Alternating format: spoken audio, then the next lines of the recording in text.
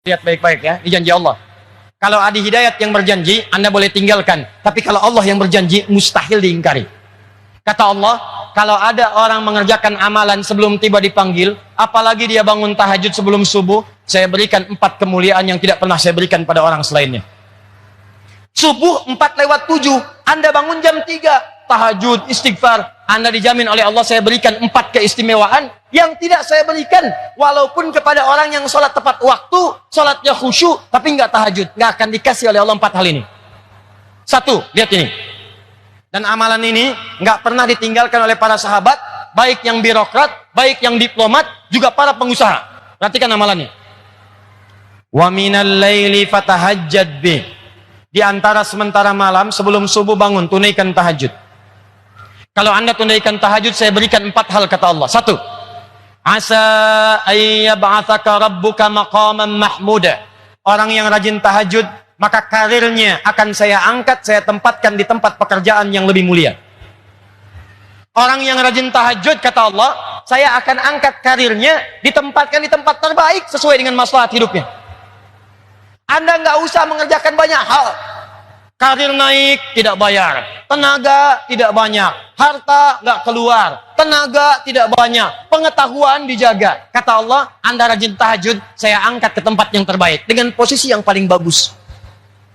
Wa qur rabbi adkhilni mudkhala sidqin. 2. Kalau Anda akan bekerja, maka Anda akan dibimbing oleh Allah untuk memulai pekerjaan Anda. Allahu Akbar. Mau masuk kantor, tiba-tiba di jalan ada kecelakaan. Sebelum lewat, tiba-tiba hati Anda dipalingkan. Jangan lewat situ, lewat yang ke sini. Sebelum masuk kantor, tiba-tiba ada kemacetan. Tiba-tiba ada informasi, Pak, jangan ke situ. Bapak lewat sana saja, jalannya lebih mudah, tidak ada macet. Siapa yang menggerakkan orang itu? Allah. 3. Wa akhrijni mukhraja sidqin. Anda punya kesulitan, langsung dibimbing oleh Allah keluar dari kesulitan itu. 4. Ini yang hebat. Waj'alni min ladunka sultanan nasira. Kalau di pekerjaan Anda, di karir Anda ada yang jahil, ingin menyingkirkan Anda, menyungkurkan Anda, ingin bahkan maaf sekali, mencelakai Anda, maka yang pertama menolong Allah langsung yang memberikan pertolongan tanpa perantara siapapun. Ayat ini turun itu saat Nabi dikepung oleh 100 pemuda pasukan khusus dengan pedang terhunus, yang kalau bahasa kita sekarang, angkatan darat punya kopassusnya, angkatan laut punya denjakanya, kemudian angkatan udara punya paskasnya. Itu 100 orang pasukan khusus, pedang terhunus. Kata sejarawan, binatang lewat, walaupun lalat, ketahuan. Ayat ini turun. Apa yang terjadi? Allah. Cuma 3 orang. Nabi sallallahu alaihi wasallam, Abu Bakar As-Siddiq radhiyallahu taala anhu. 3, Ali bin Abi Thalib. Kata Nabi pada Ali, ini Ali pemuda, taat, rajin sholat malam, dekat dengan Nabi.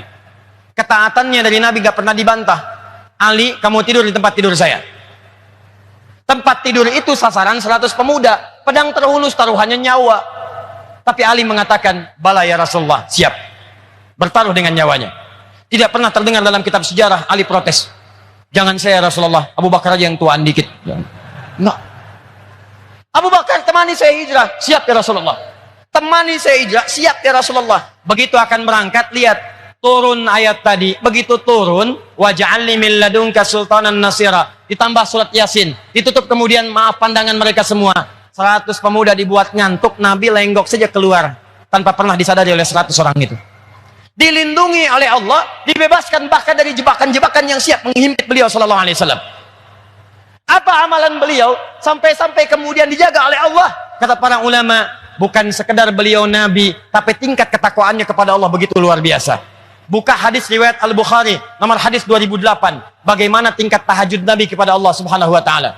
Datang 3 orang sahabat, namanya 1 Abdullah bin Mas'ud radhiyallahu taala anhu, 2 Hudzaifah Al-Yamani radhiyallahu taala anhu, 3 Ubay bin Ka'ab radhiyallahu taala anhu.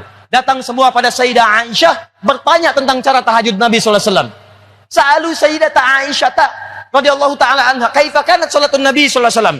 Kata Sayyidah Aisyah, la tas'al an husnihinna wa tulihinna. Tolong jangan ditanya bagaimana panjang dan bagusnya salat Nabi. Saya aja pernah tiduran, begitu malam tidur tangan saya bergerak kena kaki Nabi sedang salat. Tuh Anda bayangkan.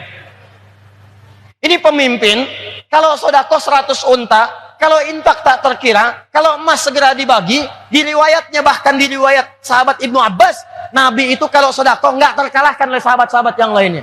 Tapi kalau istirahat di rumahnya, kata Sayyidah Aisyah, saya tidur, tangan saya bergerak, terkena kaki suami saya. Saya tanya pada Anda, kalau ada seorang istri tidur, kemudian bergerak, tangannya kena kaki suami, itu tandanya ruangannya sempit atau luas? Sempit atau luas? Bukan cuma sempit, RS7. Ruangan sangat sempit sekali sehingga selonjoran saja susah. Pertanyaannya, Nabi kaya atau miskin? Ruangannya sempit, Nabi kaya atau miskin? Kaya. Kalau disebut kaya, kaya karena sedekahnya paling banyak. Disebut miskin, miskin karena tempat istirahatnya begitu sempit. Ternyata beliau miskin urusan dunia tapi kaya urusan akhirat. Malam hari, kata Sayyidah Aisyah, saya tidur, tangan saya kena kaki Nabi. Saya bangun, saya lihat kakinya sudah bengkak. Padahal baru rakaat pertama. Rakaat pertama kakinya bengkak. Bertanya Sayyidah Aisyah, ya Rasulullah, afalam, ya Rasulullah, lima hakada, kenapa mesti begini? Alam takut madmunan, bukankah engkau dijamin masuk surga? Engkau belum wafat, surat surga sudah turun, inna a'tainakal kautsar. Ya Rasulullah, kenapa mesti begini? Alam takun ma'suman, bukankah engkau dijaga dari dosa? Engkau maksum, madmun bil jannah, kenapa mesti tahajud sampai bengkak-bengkak kakinya ya Rasulullah? Kata Nabi, afala akun abdan syakura, apa enggak boleh aku jadi hamba yang bersyukur? Penasaran tiga sahabat tadi, diikuti Nabi besok harinya, sholat di belakang Nabi. Pertama Hudzaifah, begitu sholat di belakang Nabi, kata Hudzaifah, aduh, Masya Allah, tidak ada sholat yang paling indah kecuali sholat di belakang Nabi. Kalau beliau berdoa tentang surga, umatnya didoakan masuk surga. Kalau beliau sampai di ayat neraka, berlindung supaya umatnya nggak ada yang masuk neraka. Kalau beliau berada di ayat doa, beliau memanjangkan doanya, bermohon kepada Allah. Tak terasa rakaat pertama 100 ayat Al-Baqarah, kata Hudzaifah. Besoknya Ibnu Mas'ud penasaran, Abdullah bin Mas'ud ikut di belakang Nabi sholat. Kata Ibnu Mas'ud besoknya, benar, tidak ada yang paling indah kecuali sholat di belakang Nabi. Saya kira 100 ayat akan ruku, ternyata diselesaikan Al-Baqarah 286 ayat. Rakaat pertama. Saya kira ruku, nyambung ke Ali Imran 200 ayat. Saya kira ruku, nyambung ke An-Nisa 176 ayat. Baru kemudian ruku, rakaat pertama 5 juz 4 halaman. Nabi. Besoknya tiga orang ini gak ikutan lagi. Bukan karena capek. Kata Ibnu Mas'ud, saya itu selalu meniru di mana Nabi akan ruku. Saya menduga-duga untuk meniru dan mempraktekkan. Kayaknya sekarang ruku, bukan. Kayaknya sekarang, bukan. Kayaknya sekarang, bukan. Daripada saya banyak menebak, lebih baik saya sholat sendirian aja. Nanti baca kitabnya Imam An-Nawawi itu, ya, di At-Tibyan, halaman 37, paling kanan sebelah atas. Baris 1 sampai 3 tuh disebutkan, kata Imam An-Nawawi, sepeninggal Nabi, Utsman bin Affan, Tamim Ad-Dari, Abdurrahman bin Auf, orang-orang kaya yang asetnya sekarang masih ada, itu tidak pernah meninggalkan tahajud. Sekali tahajud, khatam Al-Quran dalam tahajudnya. Nah itu Nabi.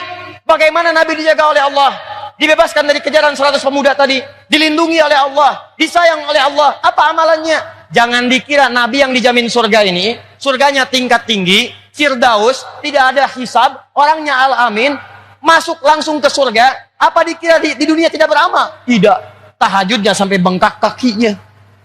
Saya tanya pada antum, siapa yang pengen masuk surga Firdaus? Angkat tangan. Yang pengen masuk surga Firdaus, angkat tangan. Dah, turun. Bersama Nabi. Bersama Nabi. Angkat tangan. Ah, turun. Siapa yang pengen ke surga tanpa hisab? Angkat tangan. Ah, turun. Sekarang balik, siapa yang nggak punya dosa? Angkat tangan. Siapa yang dosanya dikit? Angkat tangan. Siapa yang dosanya banyak? Angkat tangan. Ah, ulang. Siapa yang dosanya banyak? Angkat tangan. Masya Allah. Dah, turun. Siapa yang pengen ke surga Firdaus? Angkat tangan. Ini manusia paling aneh. Pengen ke surga Firdaus, modalnya dosa banyak. Nabi kita aja yang surga Firdaus masuk tanpa hisab, ngerjain tahajud, kaki sampai bengkak. Ente pengen ke surga, yang bangun matanya yang bengkak, kaki biasa-biasa. Di mana logikanya?